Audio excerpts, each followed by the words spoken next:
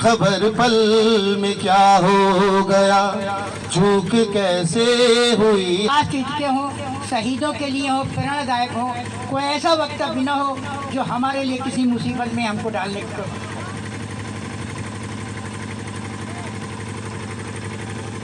आज हमारे बीच शहीद आजाद कुमार आजाद जी का परिवार है, जो एक पुलवामा अटैक में शहादत को प्राप्त किया। मैं उनके अश्रुपूर्ण नमन करता हूँ। सभी लोग हमारे साथ में नमन करेंगे कि आओ झुककर सलाम करें उनको, आओ झुककर सलाम करें उनको, जिनके हिस्से में ये मुकाम जाता है। खुश नसीब होता है वो खून जो देश के काम आता है, जो देश के काम आता है। आज शहीद कुमार आजाद श्रद्धांजलि समारोह के शुभ अवसर पर मैं क्रांतिकारी पंडित आजाद और सूर्या विश्वकर्मा बांगरमो एक भेंट उन भारत माँ के वीर सपूतों को, जिन्होंने दिन में जगने के साथ साथ रात में भी जग करके हमारी रक्षा करते हैं और हम अपने उत्सव कार्यक्रम कराते हैं, मनाते हैं। उसी में एक हमारे भारत माँ का वीर सपूत शहीद अजीत कुमार आजाद जी भी हैं, जिनको हम नमन करने बांगरमो की धरती से यहाँ पे आए। एक युद्ध के मैदान में जब हमारा भारत माँ का वीर सपूत शहीद होता है तो तकलीफ नहीं होती है, परेशानी नहीं होती है कि देश की रक्षा करते करते हमारे बीच में शहादत को प्राप्त किया। क्योंकि जो हमारे भारत माँ के वीर सपूत होते हैं ये कभी मरते नहीं, इनकी कब्र खोद कर जब भी देखो तो ये जिंदा पाए जाते हैं।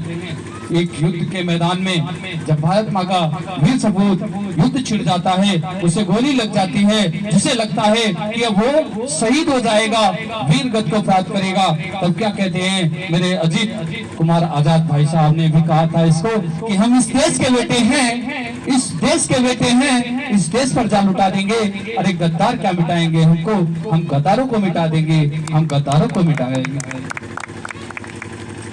मर जाएंगे, मिट जाएंगे। एक भारत माँ का वीर सपूत जो सरहद पर हमारी रक्षा कर रहा है, अगर सरहद पर हमारे भारत माँ के वीर सपूतों को हटा दिया जाए तो दुश्मन की बंदूक से निकली गोली, तोप से निकला गोला आपकी नाम, पता, धर्म, मजहब या जाति समुदाय पूछ करके नहीं गिरता है, जिस जगह पर गिरता है वहां पर उसको खात्मा कर देता है। कि हम बदलते हैं तो निजाम बदल जाते हैं, हम बदलते हैं तो निजाम बदल जाते हैं, सारे मंजर सारे अंजाम बदल जाते हैं। अरे कौन कहता भगत सिंह पैदा नहीं होते, पैदा होते हैं बस नाम बदल जाते हैं, पैदा होते हैं बस नाम बदल जाते हैं।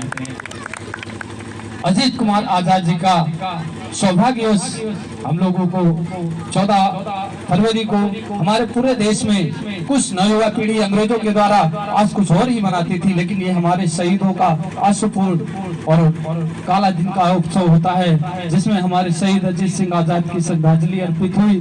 क्योंकि हमारे साथ जब जब गद्दारी हुई तो गद्दारी करने वाला अपना ही हुआ। भारत का कुछ नहीं बिगाड़ा लंदन की तलवारों ने, जब अंग्रेज लोग आए थे तो उन्होंने हमारा कुछ नहीं बिगाड़ पाया था।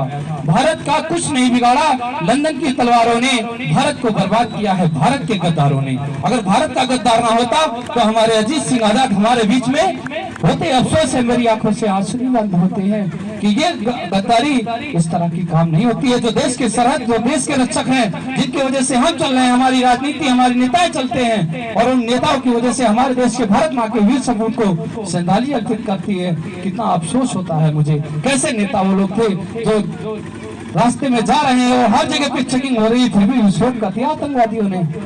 कि भारत का कुछ नहीं बिगाड़ा लंदन की तलवारों ने, भारत को बर्बाद किया है भारत के गद्दारों ने। पृथ्वीराज के साथ यदि जयचंद गद्दारी नहीं करता तो सपने में गौरी साहबुद्दीन गजब यहाँ नहीं करता।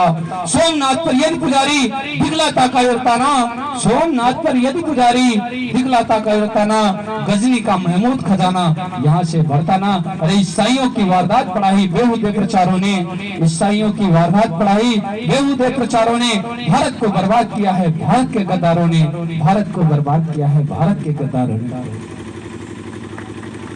यदि अपने ही गद्दार ना होते तो भारत के टुकड़े हर बार नहीं होते। सन 1857 में हमारा देश आजाद हो गया था, लेकिन अफसोस गद्दारी के कारण 1857 से अंग्रेजों के पास में सेना और बारूद सब कम हो गया था। लेकिन 1857 से 1947 में फिर देश आजाद हुआ। 90 साल राज किया उन्होंने, जब उनके पास कुछ नहीं था। गद्दारी सिर्फ हमारे अपनों की थी। 7,32,780 क्रांतिकारियों को अंग्रेजों ने अपनी कॉपी में नाम लिख करके मार दिया था, जिनका और जो बिना नाम के मारे गए उनका नाम ही नहीं। लेकिन हमें इतिहास केवल एक ही चीज पढ़ा दिया गया, आजादी आ गई। ऐसे ही आजादी आ जाती है क्या?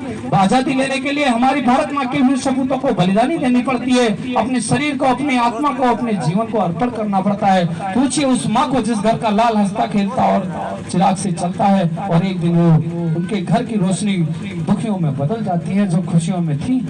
कैसा लगता है? यदि अपने ही गद्दार न होते तो इस भारत के टुकड़े हर बार नहीं होते और न आकर बसते विदेशी यहाँ। अपने ही गद्दारी थी कि विदेश का व्यक्ति हमारे देश में बस आता है व्यापार करने के लिए, और हमें अलाउ नहीं है हमें दूसरे देश जाने के लिए। दूसरे देश का व्यापार करने के लिए आ रहा है, अपनी जनसंख्या बढ़ा करके हमारे देश पर गुलामी कर लेता है। हमारी गद्दारी हो रही है। यदि अपने ही गद्दार ना होते तो इस भारत के टुकड़े हर बार नहीं होते और न आकर बसते विदेशी यहाँ। हम न सीखते बुरी आदत, तो जो हमारे देश में लूट हत्या बलात्कार हो रहा है ये नहीं होता। ये उनके पेशे थे। आज शहीद आजाद सिंह आसिफ पर मैंने आपका बेटा आकर के कुछ हमारे रिश्ते हैं इधर से कल तक थे शहीदों की आजाद में। मैं भी एक फौज सेना का सिपाही था। किसी कारणवश मेरा उस दिन ज्वाइनिंग लेटर था, मुझे भी पहुंचना था, लेकिन मेरा भी एक सड़क दुर्घटना में हादसा आपके क्षेत्र में ही हो गया। परमात्मा ने आपके बीच में मुझे रखा यादगार में, तो मैं आपके बीच में हूँ, नहीं तो हमारा भी नाम कहीं पर अमर हो रहा होता है। ज्यादा समय ना लेते हुए अभी हमें और जगह पे जानी है। मैं आपके रिश्ते थे इधर, आपका विद्यालय चलता है मऊ सुल्तानपुर में, वहाँ पर एक मऊ नाम की बेटी है, मऊ नाम जो ग्राम है वहाँ की बेटी है, उसका नाम आरती विश्वकर्मा है। उसका विवाह संबंध मेरे साथ हुआ है।